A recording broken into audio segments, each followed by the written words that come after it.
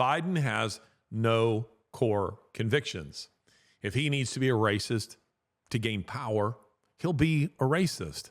If he needs to be anti-gay marriage, he'll be anti-gay marriage. He doesn't really have any core convictions. He's just simply going to say whatever it is that he needs to say. He's an empty suit. He's a man with a for sale sign around his neck. And America's enemies have readily perceived this in him, whether it's Ukrainians or the Chinese who own him. Who own him. You know, I've spent my career taking on some of the cultural baddies, some of the most prominent intellectuals in the world, some of them in public debate, some of them behind the scenes. And I've come to realize that ideas define everything that we do.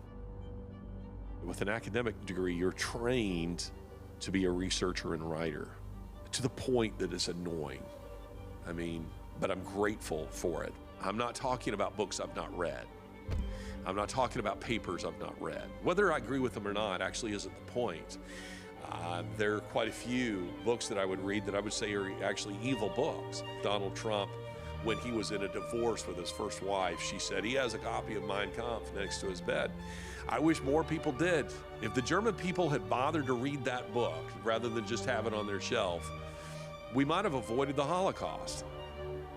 If more people read the Quran, they'd be wiser to what Islam actually is, what they actually believe. If people bothered to read, as I have, the writings of Klaus Schwab and the various contributors to the World Economic Forum and the ideas that are driving the globalists, I read them because I want to understand their mentality. I cut out the middleman. I go straight to the ideology. Everything in your life is being defined by either your ideas or the ideas of the people around you. And each episode, we're going to be digging into a different idea that appears in the culture. This is Ideas Have Consequences with me, Larry Alex Taunton. Welcome into Ideas Have Consequences with me, Larry Alex Taunton. And I want to begin today's podcast with a letter, and it's a beautiful letter that I received from a man who in university, he taught my Old Testament survey class. I had him for a semester. I won't say his name. I'll preserve his anonymity. But somehow, amazingly, he remembers me. He tells me in this letter that he is 89 years of age. 89 years of age. And I love the fact that he adheres to the old school tradition of writing an actual letter that's laid out with a proper format. But he says this: Dear Larry, I've just completed listening to your podcast about the U.S., Ukraine, and Russia. Recently, I've watched your presentation with Sasha. I sent a link to a friend who also appreciated seeing it. I had also lent her your book, The Grace Effect. And then he says some things that are quite personal. And then he says this: the reason I consider your ministry worthy of my support is because of what I learned by viewing your podcasts. I've been teaching and preaching the Bible for over 70 years now. It's incredible. 70 years of faithfully teaching Scripture. But viewing your work gives me a grasp of world conditions I get no other way. And I just wanted to read that because, I thought it was just very kind, very thoughtful to send me a letter of that kind. And again, I'm just amazed. I had him in 1985. And at that point in my life, I hadn't yet figured out what I was going to do with my life. I didn't really have a vision for my life. I was a very mediocre student, so maybe he remembers me for my mediocrity. But whatever the case may be, I'm just flattered that he would send me such a kind letter. And I want to tell members of the posse, the people who follow this podcast, that I do my best to keep up with the comments. Sometimes it's very, very difficult in a podcast like this that gets so many comments, but I do my best. I will tell you, the longer they are, the less likely it is that I will read them. And it's just simply because I just don't have the time. So if it's more than a couple of sentences, it's pretty hard for me to read them. Doesn't mean you shouldn't put comments like that, because other people, may read them. But just so you will know, I do my best. Now, today, what we're doing on this podcast is I'm going to demonstrate to you beyond a reasonable doubt who the real president of the United States is. Payne and I are, we're old friends. There I am in the street, bleeding out. My jaw was split. My face was broken here, and here. 41 broken bones and more than 51 fractures. I wasn't expected to live. Those who struggle with the idea that God allows suffering usually do so because they begin with a flawed assumption about God and his purposes. They assume God is most concerned with our comfort. He isn't. I'm Larry Alex Taunton, and along the way, I've learned a few things. The reality is nothing, absolutely nothing, happens in this life that he does not cause or allow. So the question becomes, why? Why does God allow suffering? Our Lord told us that we will face tribulation, pain of some kind. For some of you, it will be profound. Now that might unsettle you, but I would have it no other way. My life is in God's hands. I believe he has a right to do with me whatever he wants. And if that means to break me like a brown stick, he has the right to do it. Time to prepare, not in the midst of your suffering, but before you get to your suffering. I'm providing you insights from Scripture, insights from real life that will give you something to hold on to when those storms break against your life. I look forward to telling you about what I have learned in my course, The Paradox of Pain.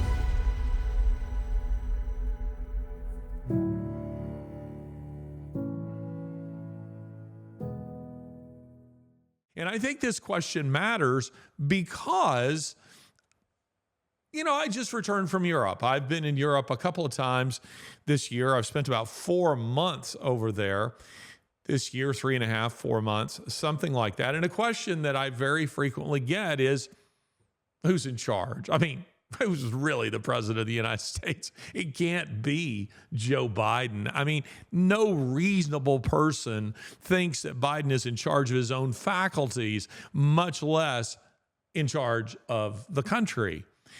Even Biden's more rational supporters, and there are just a few, recognize that the man is in a state of sharp mental decline. There's a headline, and there's been many of these, but one in particular caught my eye from the Western Journal. Headline says, psychiatrist, Biden has symptoms of dementia. Likely he is, quote, almost just holding on, end quote.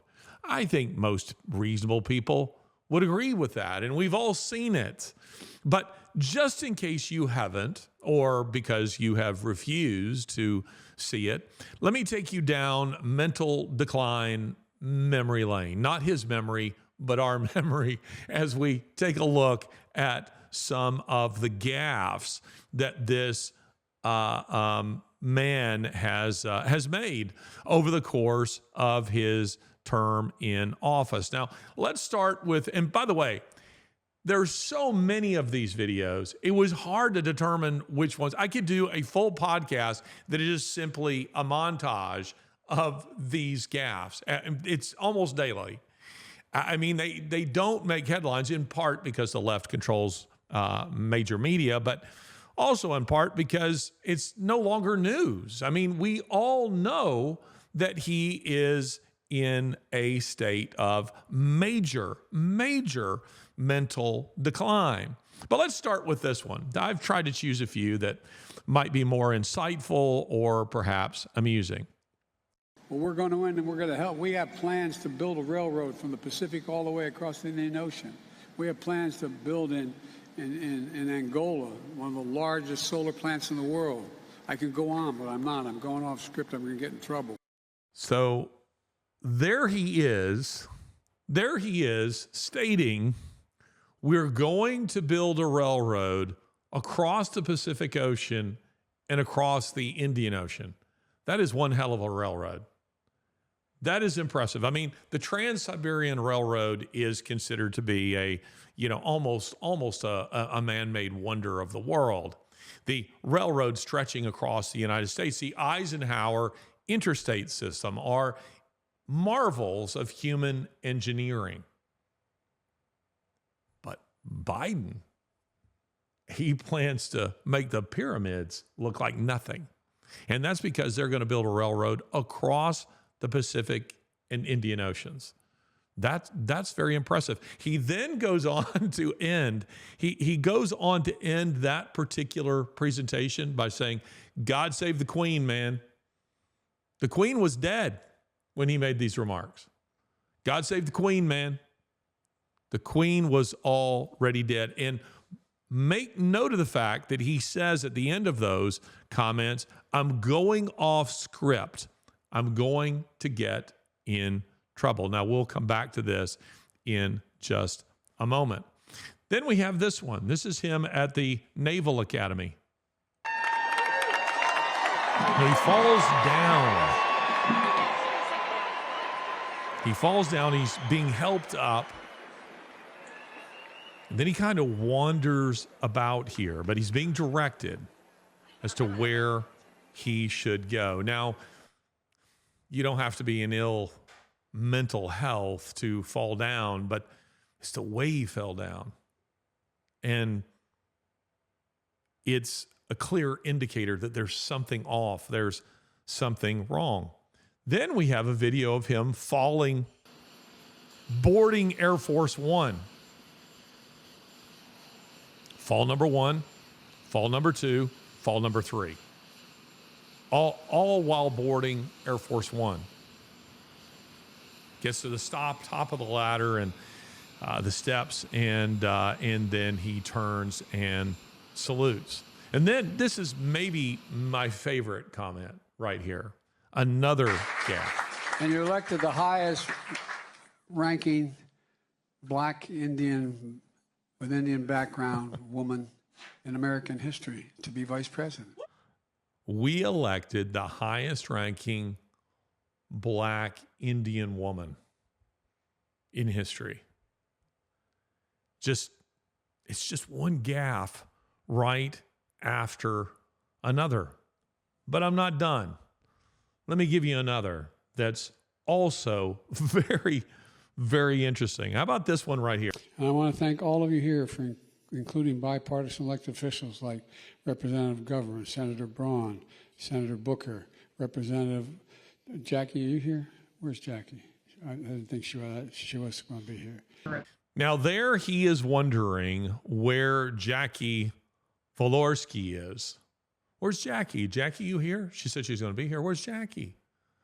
Jackie had been killed. This congresswoman, Republican congresswoman, had been killed in an automobile accident along with two of her aides, two of her staffers. But there's Biden wondering, where is she? Where is she? Where's Jackie? Wondering where she is. Then we see this one, and this is possibly my favorite.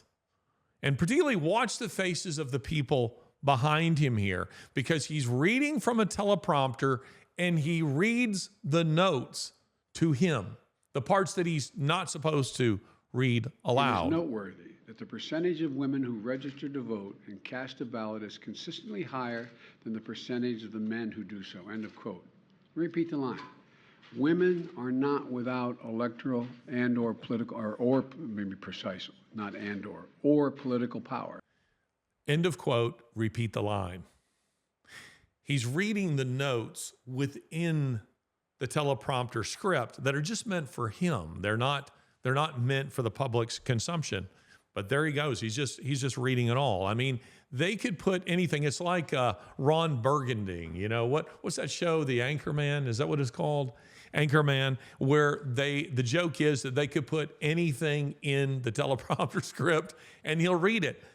Here's Ron Burgundy sitting in the Oval Office who is making these incredible gaffes. Now, again, honestly, it was hard to choose which videos to show. We could do not just an entire show. We could do a series of shows just on these, almost blooper reel kind of things that we see from Joe Biden. He is in a state of major cognitive decline. He's, one video that I recall shows him getting off of Marine One, walking to the White House, and you have a Secret Service member, at least I think it's a member of the Secret Service, standing in front of him on the sidewalk, directing him to turn and to go into the White House. He walks straight on, just right off into the garden, all the way around the bushes, and then doubles back to the White House. And how about after the school shooting, the trans school terrorist shooting at a Christian school in Nashville, where Biden, making comments on this terrorist act, keeps making repeated references to ice cream. It's just like the man isn't there. And that's because he isn't all there. Now, I have long maintained that he doesn't write his own tweets. And now we have hilarious evidence of that fact. His press secretary, a comment went out that was meant for Biden's presidential Twitter account, or X account, if you want to call it that. But it went out instead on the press secretary's account. And so the press secretary's account said this. We'll put the image of this tweet on the screen. Investing in America means investing in all of America. When I ran for president, I made a promise that I would leave no part of the country behind. I remember seeing the tweet and thinking, did she run for president? I don't remember her running for president. Well, of course, it wasn't meant to go out on her account. It was meant to go out on Biden's account. And then you have, as we show you the image of this tweet, you see at the bottom where it says, this post has been deleted. Immediately deleted. But it was a sure indicator to all of us what we already knew, and that is that not just that he's not really the president of the United States, he's not doing his own tweets. He's not writing his own speeches. He's not determining what he does and doesn't say. And it's only when he gets off script that he really does get in trouble. And all of this reminds me of that 1980s movie, Weekend at Bernie's.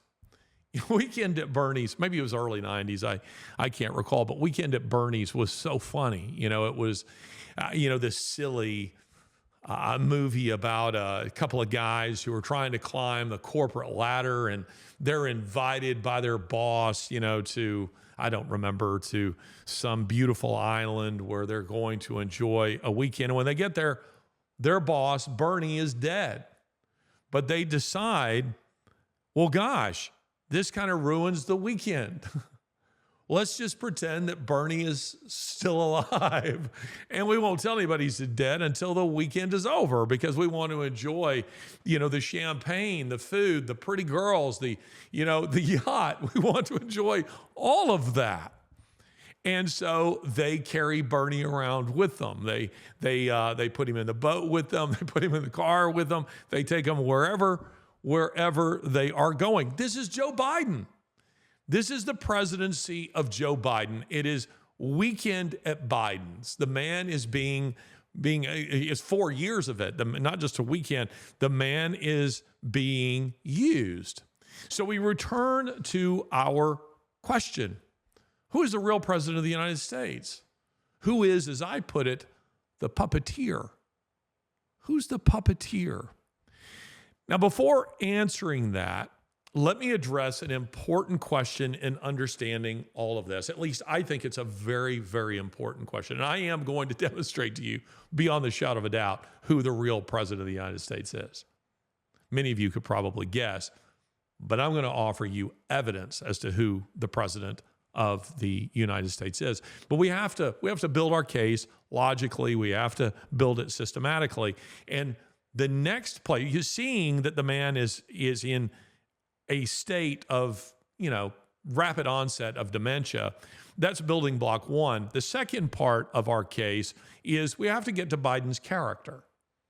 Biden's character. The fact that he is in a state of cognitive decline doesn't necessarily mean that he would allow himself to be used. There are plenty of people who are in a states of cognitive decline who do not allow themselves to be used. They're very, very difficult to be controlled, actually. But that's not Biden. That's not Biden. Would Biden allow himself to be used like this? I mean, he's not completely gone. There's still something of the old Biden in there. And the old Biden is an evil man. We shall see this. But what evidence do we have? Well, first, there are the many times that he has said something to the effect of, I'm going to get in trouble. Now, we saw that in the first video that we just showed you, where he says, I'm getting off script and I'm going to get in trouble. He has said that many times. You will see headlines that have addressed this, how Biden consistently speaks of the fact that he's going to get in trouble for saying this or for saying that. And that's a clear indication of what we all know. He has handlers. He has handlers. Just as people are tweeting on his behalf, he has other people who are determining the script for his whole life, everything that he does. So that's the first bit of evidence. The second bit of evidence that I would offer is that Biden has no core convictions. If he needs to be a racist to gain power, he'll be a racist. If he needs to be anti-gay marriage, he'll be anti-gay marriage. We have old videos of him as a senator saying the most racist things, stating in, I think it was, 2008, 2009, 2010, somewhere in there, that he's against gay marriage. So he doesn't really have any core convictions. He's just simply going to say whatever it is that he needs to say. And then there's finally the third bit of evidence that I would offer here regarding Biden's character, that he would allow himself to be used in this way, is that he has a clear lust for power. You see it over the course of his career. Many people have suggested, I see this sometimes in the comments, and I hope the posse will correct people on this point. They'll say that Biden is everything from a socialist to a globalist to a fascist. They're all variants of the same thing, by the way. But I maintain that he's none of those things.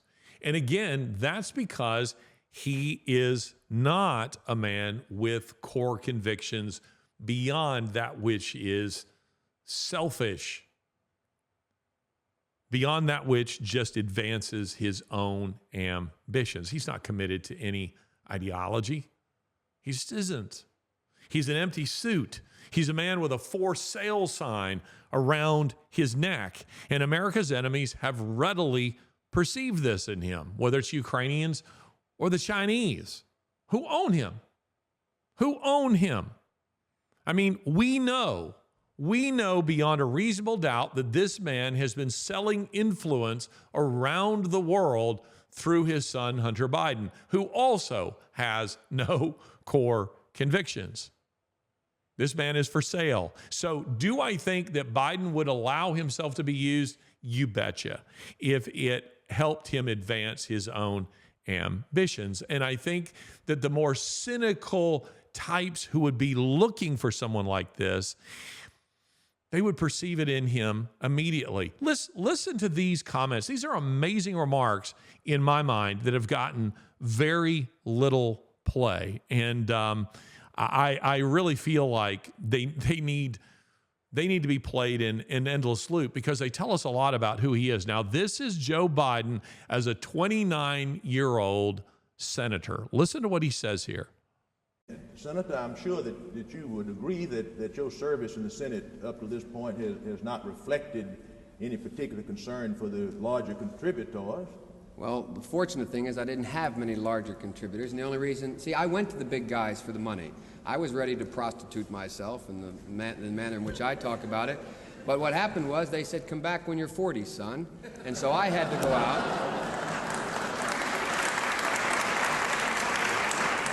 So I had to go to a number of small contributors. Well, I think we're all grateful, Senator. Now, that actually is an astonishing line. It blows me away that the audience laughs. The audience laughs. Are they laughing nervously? Maybe they're laughing because they think he's joking. They think he can't really mean that. This is a clear indicator of who this man is. I went to the people with the big money and I was prepared to prostitute myself, he says. I was prepared to prostitute myself. And the audience laughs at this. That should have been a moment where people say, oh, wow, he's just told us who he is. This is somebody that cannot hold public office. This is a man of very low character. But they seem to think that he's joking. They seem to think that he is joking. During the same interview, he says this. Well, I'm not sure you should assume I'm not corrupt, but thank you for that, though. I'm not sure that you should assume that I'm not corrupt. And that comes on the heels of the interviewer saying to him, we know you're not corrupt. We can assume, we can trust that you're not corrupt. And Biden says, no reason for you to think that. No reason for you to make that assumption. And there isn't a reason for us to make that assumption. Biden, as a 29-year-old senator, told us who he was in this interview. He told us exactly who he was. A, I am corrupt, and B, I am prepared to prostitute myself to the highest bidder. I'm prepared to sell myself. This is who he is. You see, people like Obama and Hillary and Ilhan Omar and globalists like Klaus Schwab and Bill Gates and Yuval Noah Harari are, as I have said repeatedly on this podcast, they are ideologues. They're ideologues, or as we say on this podcast, ideologues, idiots. They're committed to ideas. They see human beings as less important as the philosophy to which they've committed themselves to, whether it's environmentalism, whether it's Islam. And by the way, I would suggest to you that Ilhan Omar, she is 100% a committed Muslim. She's happy to play along with the radical left to achieve power, which is a Muslim tactic. But she's not committed. She's not committed to the radical leftist view. Not at all. She is a radical Muslim seeking power, seeking to subvert the United States. She's got her own agenda that she's following. But like in Obama, like a Hillary, but especially like in Obama, she is full of hate. She is full of hate for the American people, just as Obama is. These are all individuals. These are all individuals who are ideologues. They are ideologues. They are idiots committed to evil philosophies. But that's not Joe Biden. That's not who he is. People like Joe Biden and John Kerry and Nancy Pelosi are ideologically vacuous. They are, as I say, empty suits, people with for sale signs around their necks. They are whatever they need to be to achieve their ambitions. Anyone looking for, if I am a billionaire hell-bent, a George Soros type, hell-bent on the destruction of the United States, and I'm looking for someone I can back as president of the United States, as a candidate for president of the United States, I'm looking for a guy like Joe Biden. I'm looking for a guy like that with whom I can make a Faustian bargain. And I would readily perceive in Joe Biden that he is a man who is prepared to sell himself. He is prepared to sell himself. Have you ever seen the film A Man for All Seasons? Have you ever seen that?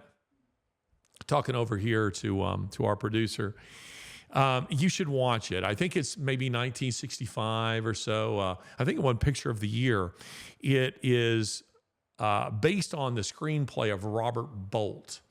And it is a brilliant screenplay. Now, it's not brilliant history. It is the story of Thomas More and his relationship with Henry VIII and his refusal to grant Henry VIII a divorce from Catherine of Aragon because he wanted to marry Anne Boleyn. And it really makes Thomas More a hero and a martyr who was later, canonized by the Catholic Church. Again, it's bad history, but it is a brilliant screenplay.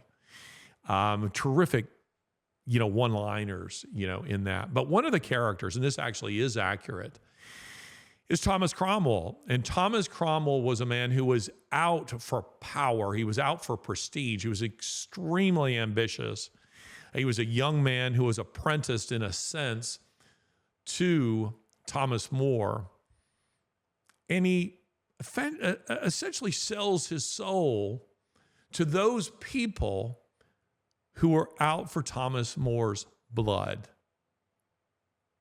He betrays More because he was kind of a part of, I won't say part of his inner circle, but he was close enough to the family to betray secrets, to become an accuser against Thomas More. This is Joe Biden. Joe Biden is the Thomas Cromwell character in A Man for All Seasons. Why would I be looking for a Thomas Cromwell-like character if I'm that billionaire, a George Soros-like character? Why would I be looking for a man like Joe Biden? Because I would know he could be controlled. I would know this is a man who is willing to give me whatever I want in exchange for what he wants, which is prestige, self-enrichment, glory.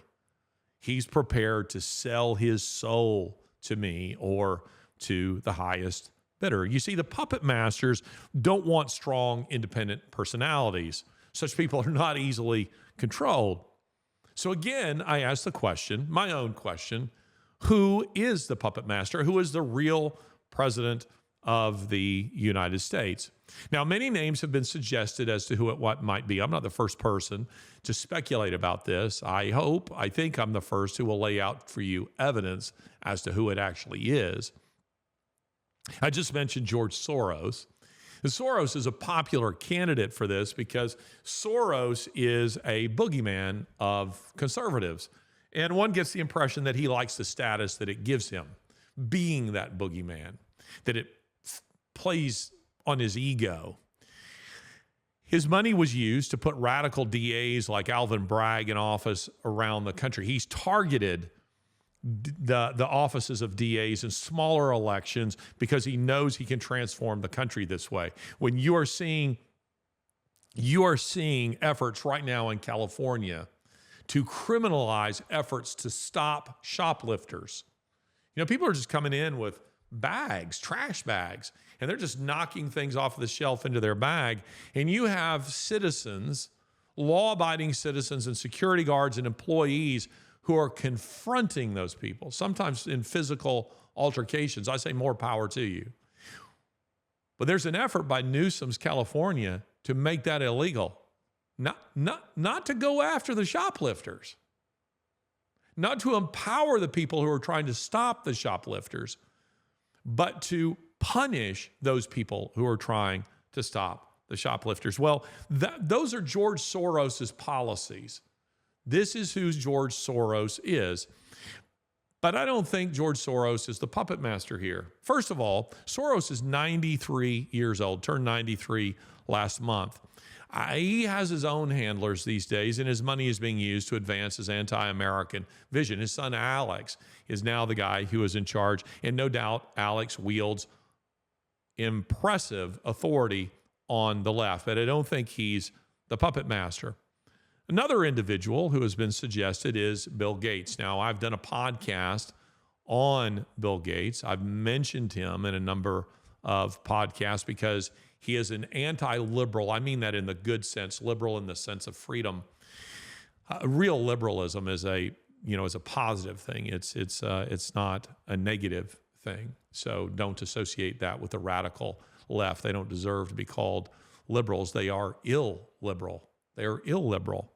But Bill Gates is somebody that I've mentioned because of his illiberal worldview, his anti-human worldview, his evil worldview, the things that he is pushing around the world, like depopulation.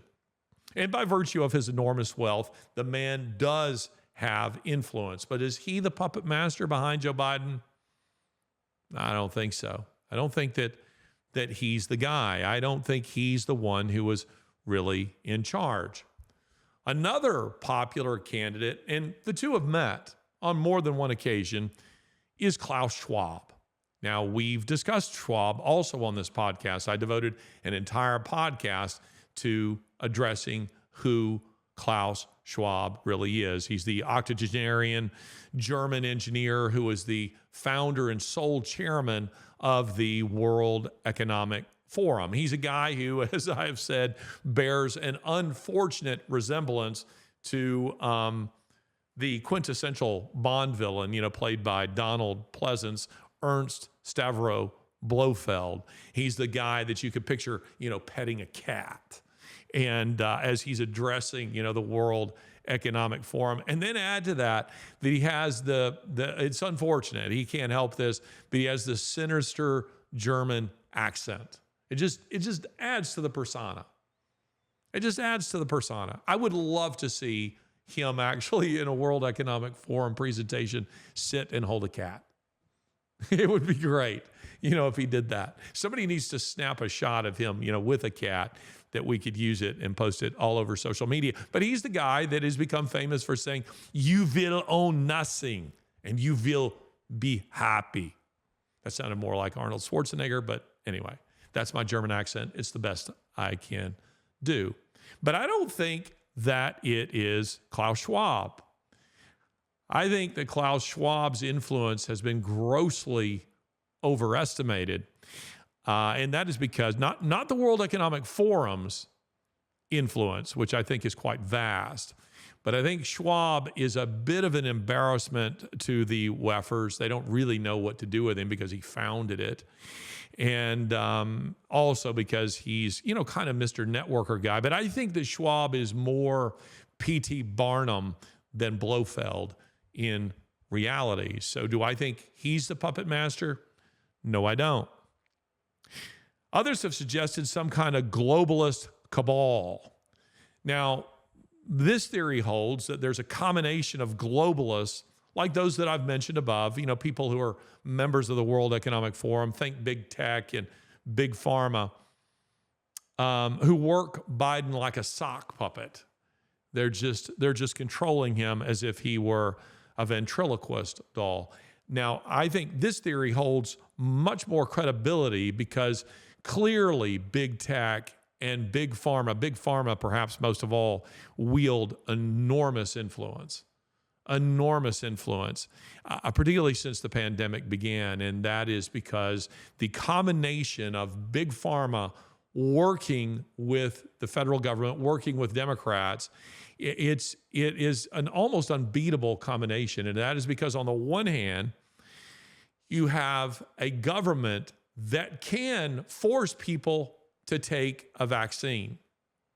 And then you have big pharma making big money off of that vaccine. And then you have the politicians who have enforced the vaccine enriching themselves off of this. Some members of government going to work for big pharma after their public careers are over. I mean, we know this is happening. I mean, imagine, Woody Harrelson, who's a bit of a nut, but in his, what they call their cold opening on Saturday Night Live, he was absolutely right when he said this. You can find this online where he said, imagine a world in which someone forces you to buy their product. Federal government does. They force you to stay in your house and they tell you can't come out unless you buy our product. It's incredible. It would be like the federal government saying everybody must buy this widget before they're allowed to board a plane, enter a public building, or go outside. So, is it big pharma? I don't think it's big pharma, but I don't think big pharma is without influence. I think they have massive influence. And then the final candidate, and the one that I think it really is Barack Obama. Now, I think most credible evidence points in this direction.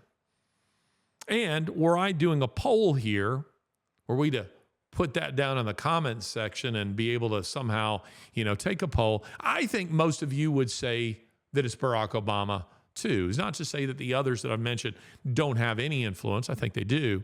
But the real puppet master here is Barack Obama. And I'm going to demonstrate to you beyond a reasonable doubt why that is so. Shortly after Obama took office, just a little story here. Pardon me while I take a drink.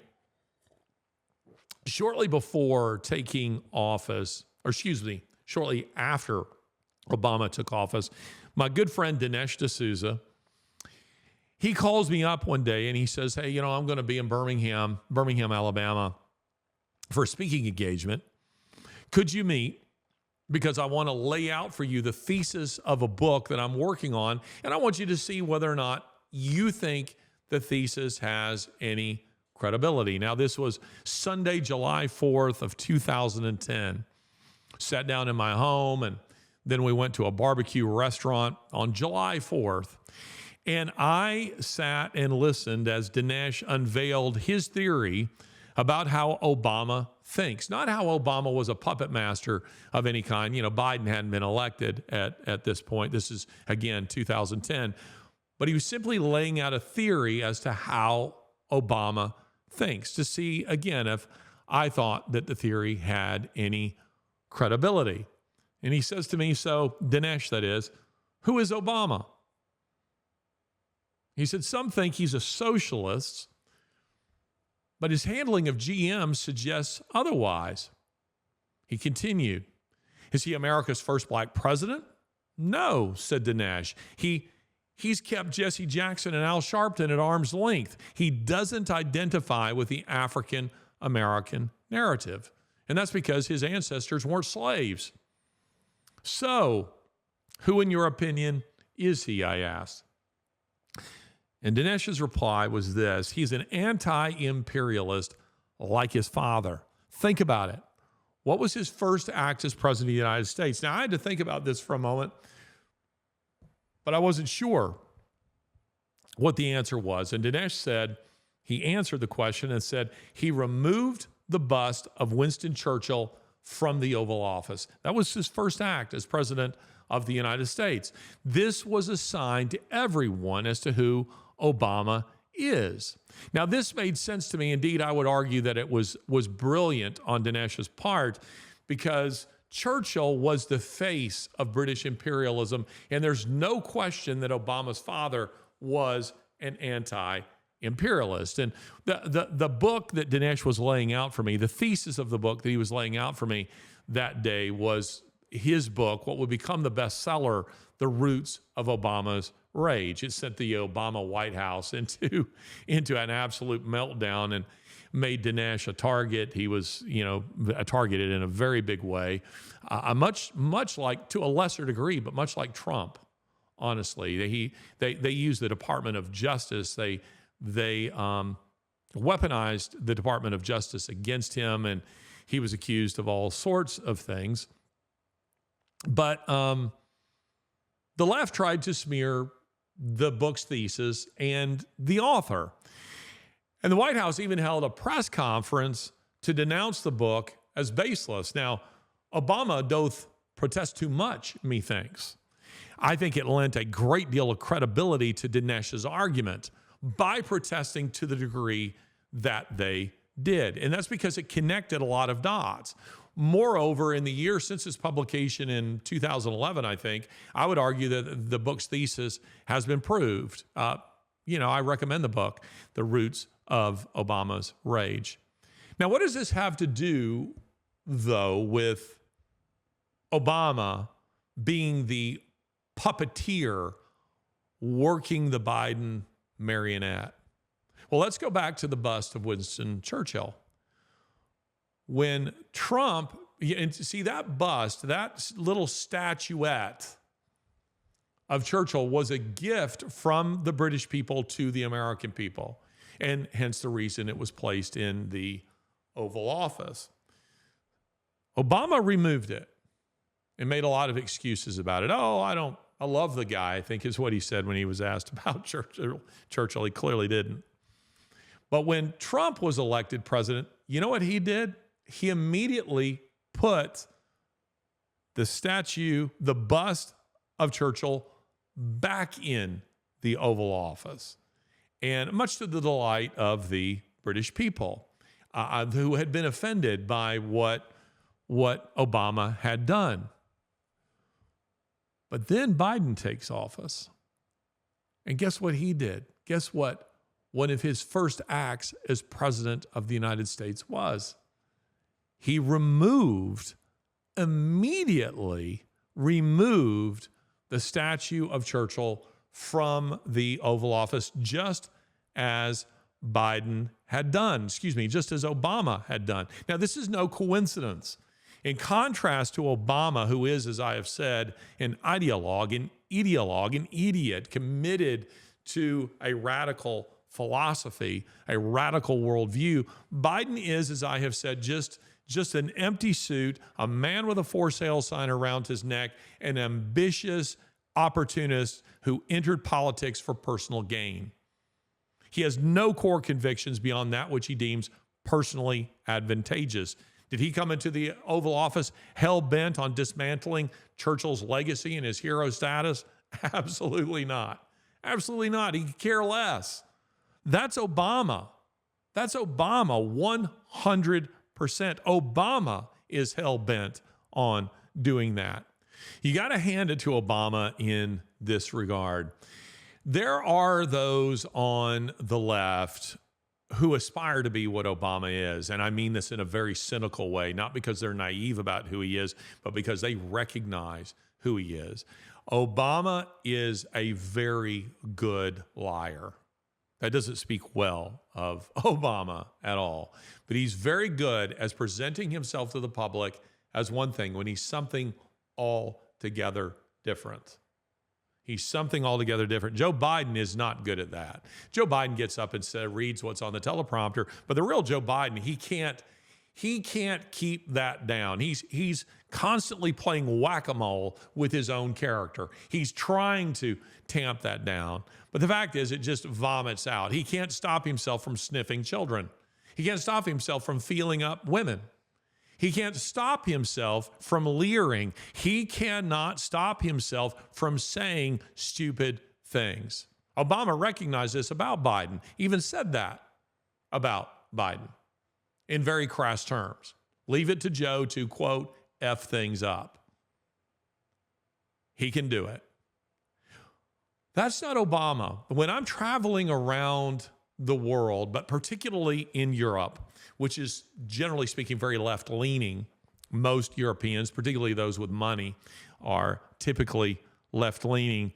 When I say something negative about, and this is particularly true in Western Europe, say in Britain or in France, Germany, Spain, you say something negative about Obama, they go, and it's almost like they've all somehow, it's an interesting sociological phenomenon, they've all learned the same phrase about Obama. They will say, but he's such a gentleman. Almost word for word. But he is such a gentleman. There's something in our sinful natures, in our own wickedness, that creates in us an unwillingness to see an individual for who they are, provided they have a veneer of civility. Some of the greatest criminals in history were quite charming individuals. I, last summer, read several memoirs by those who were in Adolf Hitler's circle. His driver, his valet. I just finished reading a biography about Eva Braun.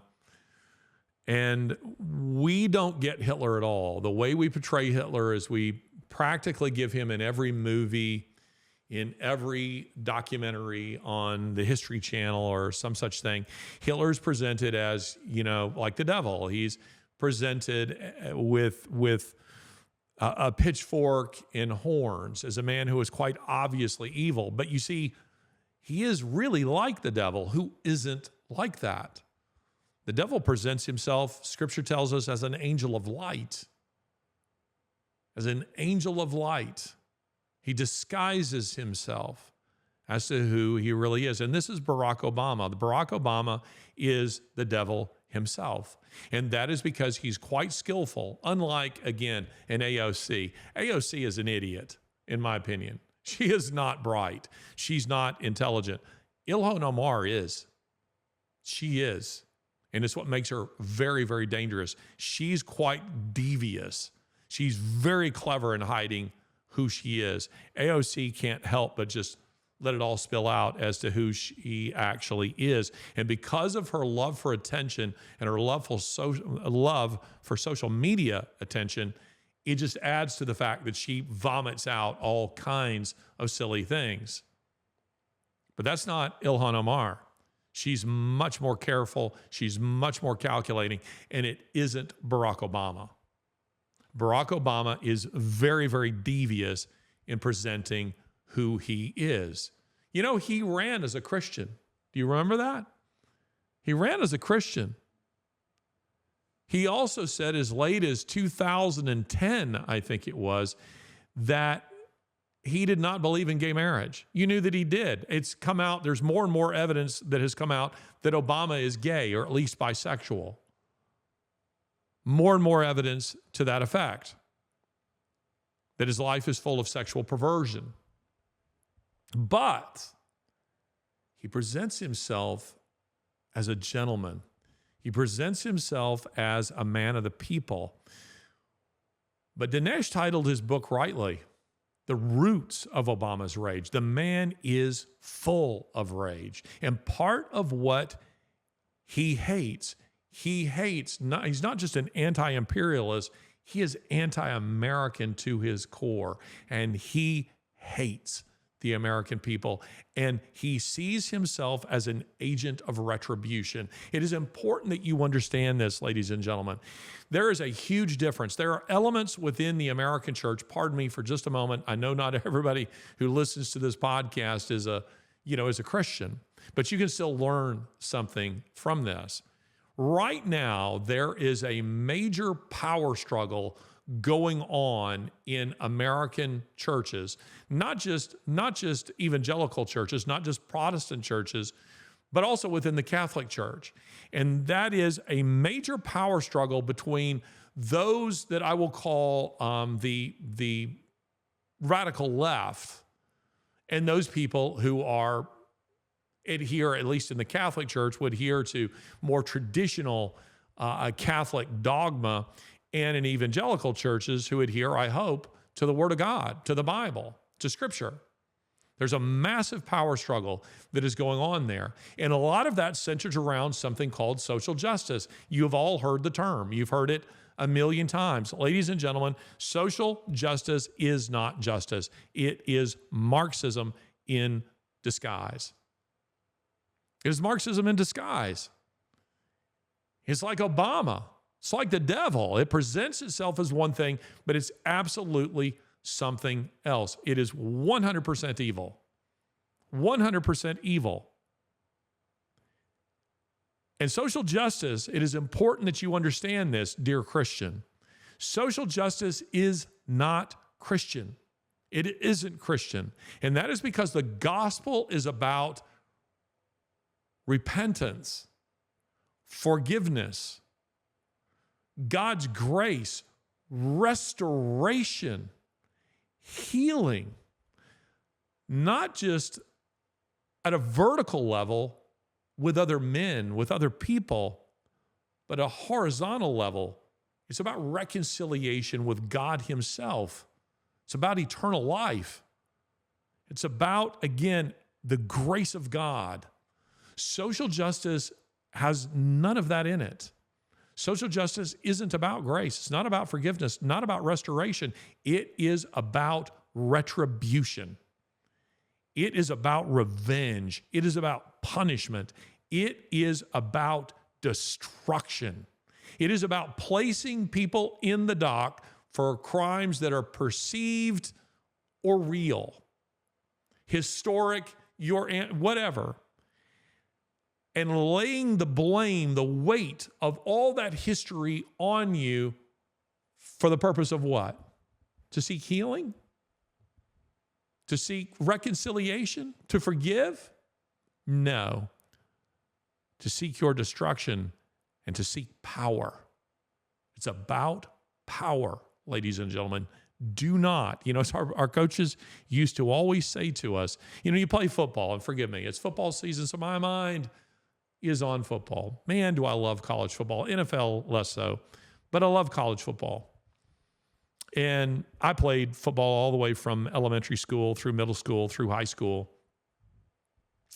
And our coaches would often say to us, when you're going to tackle a man when he's running at you, to kind of keep your eyes on his chest. The ball hitting his chest. And that's because whatever he's doing with his arms or whatever he's doing with his eyes, he's not going to go anywhere that he doesn't turn himself. He's going to turn himself. Don't watch his eyes. Watch his core.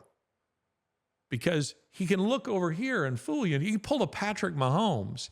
Patrick Mahomes, so incredible. He'll look over here and he'll throw it over there. Now, not many people can do that, but Patrick Mahomes could flat do it.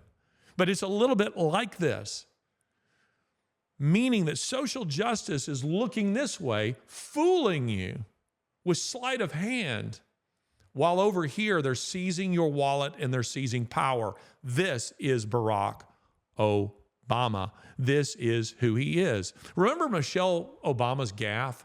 Do you remember this? Where the cameras caught her, you could lip read her sing, and it is during, I can't remember what event this is for. I don't know if this is inauguration or it was a July the 4th ceremony, Memorial Day, what it was, but there is a real outpouring of patriotism in the American flag. And you hear her saying this, all this for a damn flag. You remember that? You can find this on YouTube. You can find it on YouTube. That's not her speaking. That's her husband speaking through her, or him, if you think he's Mike. A lot of people believe, talk about a conspiracy theory, talk about a rabbit hole. There are people who believe that Michelle Obama is not a woman, but is a man. I'm not prepared to go to that place, but there are people who do believe that. And honestly, some of the time it is actually kind of funny. But the hate that you rightly sense emanating from Washington, D.C., for red state America, it is Obama, not Biden. And that's because those states hold dear those values which have traditionally defined America: God, family, patriotism. And for the right price, Biden will love or hate all of those things. He'll love or hate red states. He'll do what he needs to do. Now, we have another piece of evidence here that points to Obama as the puppeteer. The Churchill bust, again, Obama removed it. Trump put it back in the Oval Office. Biden, one of his first acts as president of the United States was to remove it, and he replaced it with a bust of Cesar Chavez, who was a Marxist labor agitator. He was a thug. Now, this most definitely points to Obama. In 2014, Obama proclaimed Cesar Chavez Day. Cesar Chavez Day. Even CNN, not Fox News, not Breitbart, was aghast when he declared a Cesar Chavez Day. CNN put out a headline that says, Obama hits a foul by honoring Cesar Chavez. They would never say that now, but they did. They had the courage to say it way back in 2012. And Biden. Did we coin something here, or somebody else already come up with that? Anyway, Obama, in declaring Cesar Chavez Day, you learned something about who Obama was, that this was something that mattered to him. Well, guess what? Obama, Cesar Chavez Day, Biden becomes president, removes Churchill, puts a bust of Cesar Chavez in the Oval Office, and then Biden, or I should say his handlers, tweeted this. Obama probably wrote this tweet. When I became president, meaning Biden, I proudly placed a bust of Cesar Chavez in the Oval Office to serve as a reminder of the values he embodied, the vision of freedom he fought for, and the commitment to justice and dignity that we must uphold each and every day.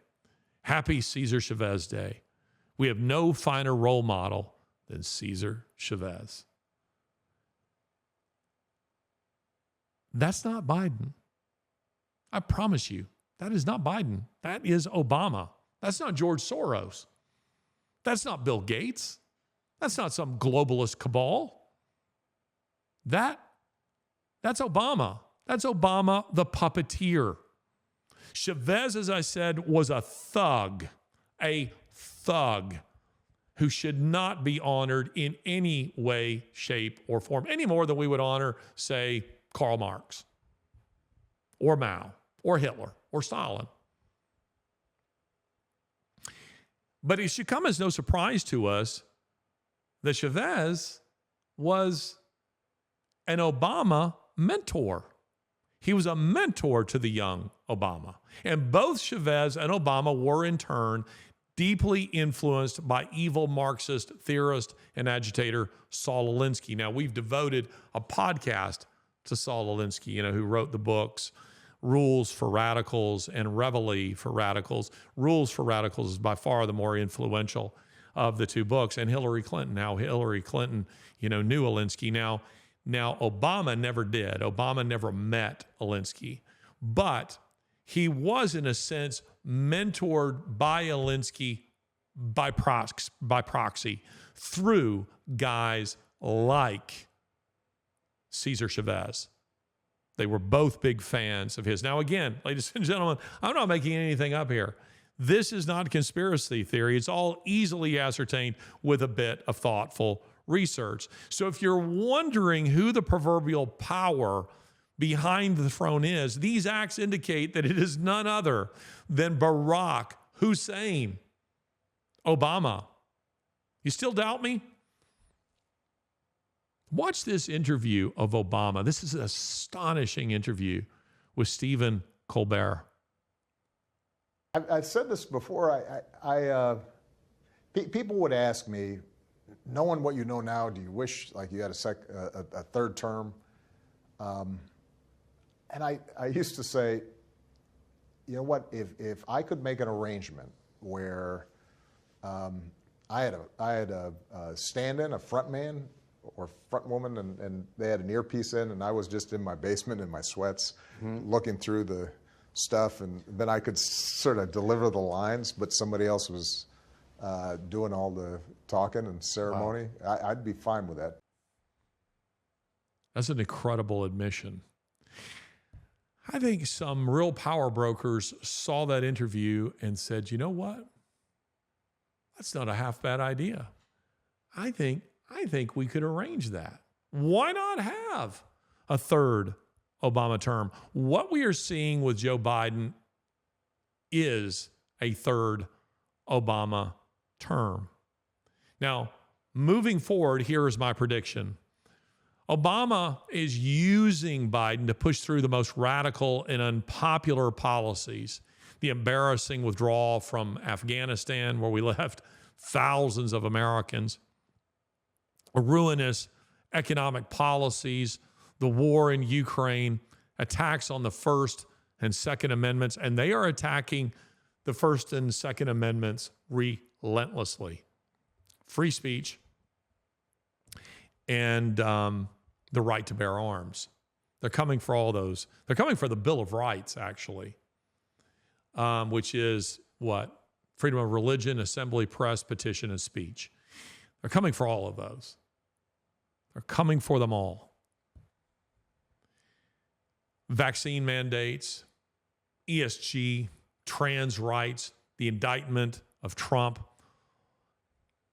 Obama, in my view, is using Biden as a front man, as a fall guy to push through all of these things that the left wants.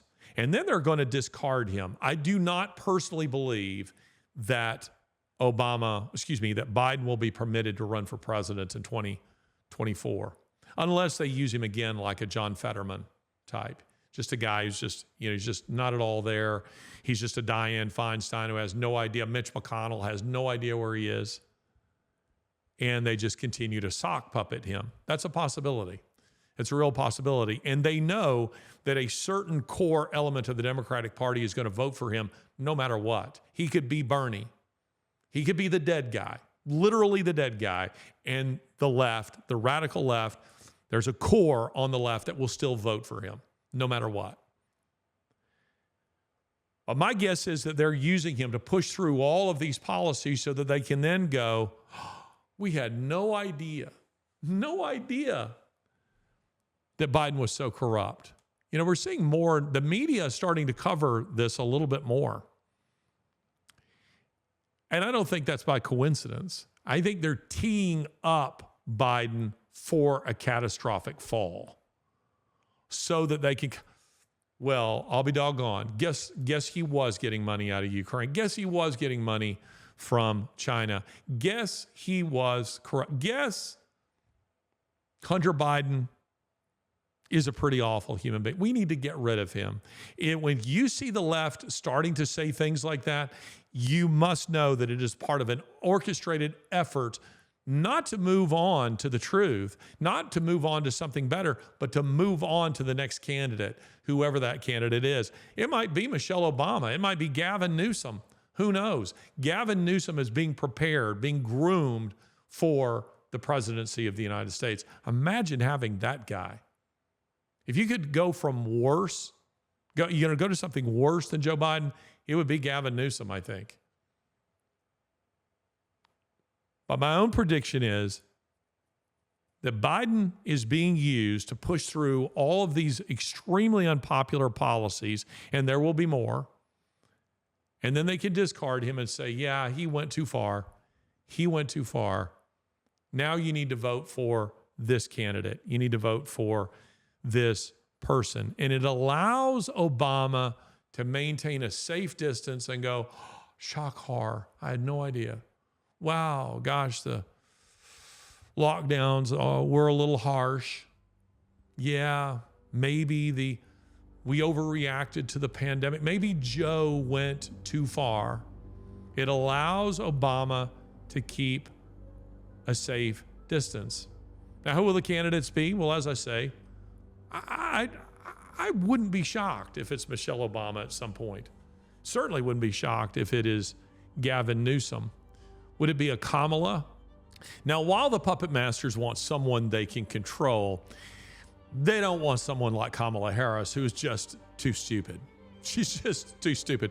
The woman is asked a question and she laughs. She can be asked about a plane crash and she will laugh. She can be asked about a mass shooting and she will laugh. She's further gone mentally. She has a lower IQ right now in complete health than Biden does in a state of rapid onset of dementia. I don't think it'll be her. Regardless of who it is, don't be fooled. As regents once ruled on behalf of adolescent or feeble-minded kings or queens, so it is now. Obama is the real president of the United States. That fact must be understood. But this leads us to a very interesting corollary. Who's controlling Obama?